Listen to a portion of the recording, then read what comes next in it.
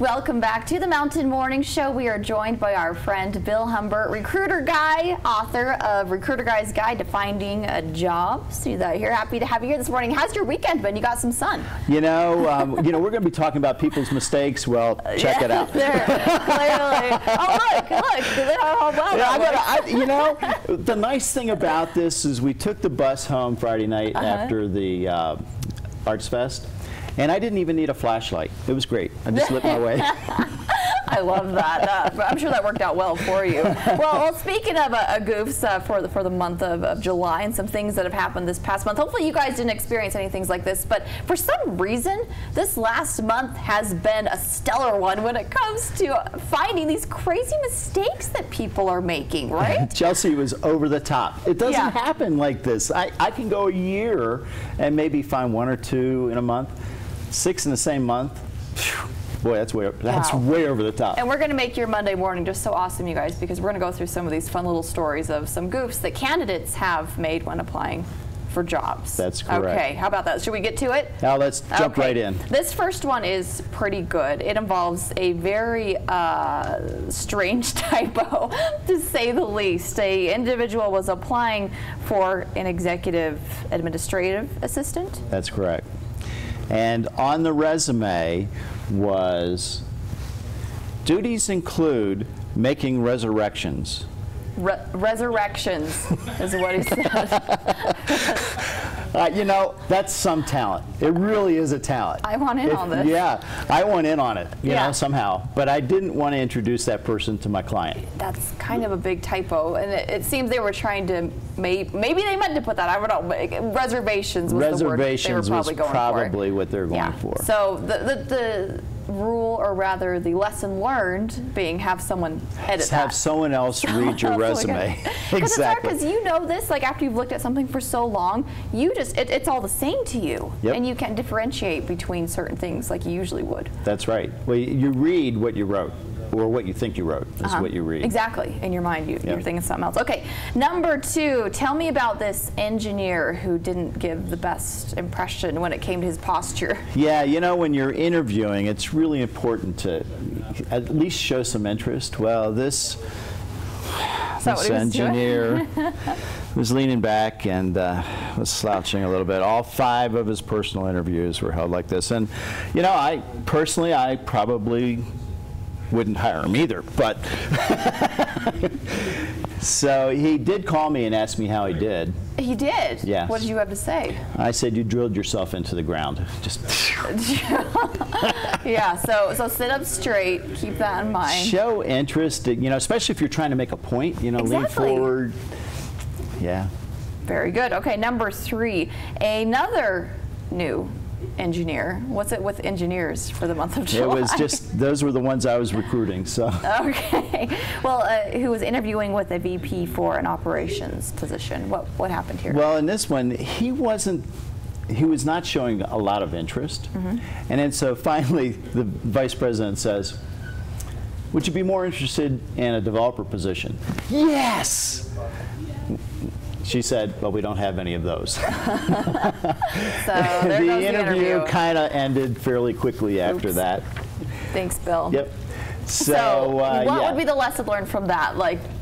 Well, first of all, I coached him on what the job was. If he's not interested in the job, he shouldn't come to the interview. Why waste their time? Good point. All right. And then another engineer candidate here for story number 5. They had a rather nice resume, but what was the problem? Well, it was a very interesting resume. I thought that he had, or she, had a lot of potential talent. The only problem was they left out their name and contact information.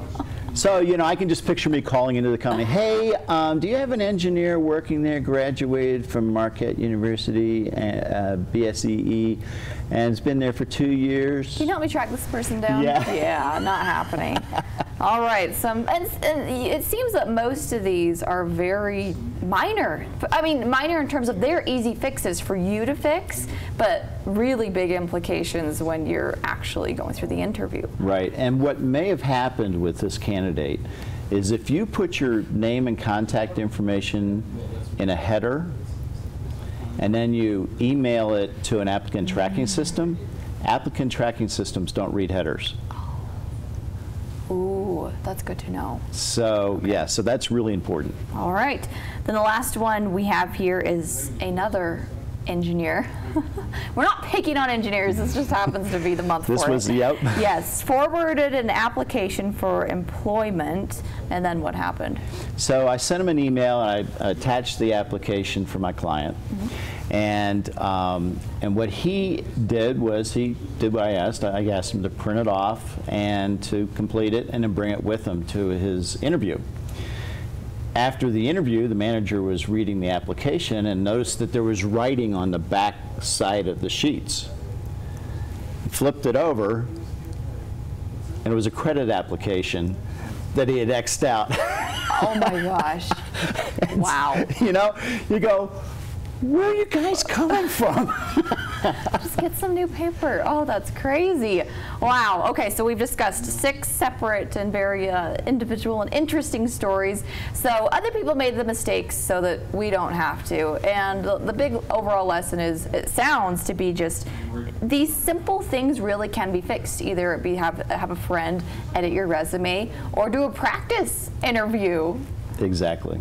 You know, and be interested in the position. If you're gonna interview, be interested in the position, and don't waste people's time if you're not interested. Well, it sounds like that's a really big thing, especially with your experience. Like, obviously, you feel like anyone feels like their own time is valuable, and when you feel like someone is wasting that, you're like, I have tons of other things I could be doing right now, and if you don't have interest, that's right. in what's going on. You know, we got a bonus guy. We had a manager who on Friday I set up an interview with him, and for Saturday morning, called him Saturday morning, his phone was disconnected. I went, what? A manager candidate. So I sent him an email, I said, your phone's disconnected. He sends me an email back, oh, I've had a problem with that phone. Okay. And so he says on Monday morning, my calendar's clear, call me. So I called him. Rolled into voicemail, and his voicemail box was full. Oh, that's so frustrating. And it's, come on, just do the tidy things. You know, clean up your mailbox. Make sure that you've got a phone that's going to work when you set an interview. General housekeeping items that you might overlook. Yep. So keep that in mind. All right, well, you are speaking at Dolly's this Saturday, August 9th at 7 p.m., right? That's correct. We're going What's to the talk. topic? We're talking about goal setting. And remember my hitchhiking story that I came in? I do. Well, I'm going to use my signs to demonstrate how to set goals to find a job or a contract or for business. Excellent. So we can just show up at 7, right before 7, get ready to get your seats, and that goes through 8:30 p.m. And remind us where we can get your book? At Dolly's is one place. And then in addition to that, on Amazon. Excellent. Well, thank you, Bill. Thanks, nice to Chelsea. have you here this morning. It's great to be here. I appreciate you brightening up my day by helping me feel a little bit better about any mistakes I've made in the past month. These are pretty incredible stories, so thank you for sharing, and we appreciate your time. Thank you. We'll be right back after this break, and when we do, we have some folks from Seco Block joining us at an incredible climbing event taking place at the Utah Olympic Park this weekend. That and much more. Don't go away.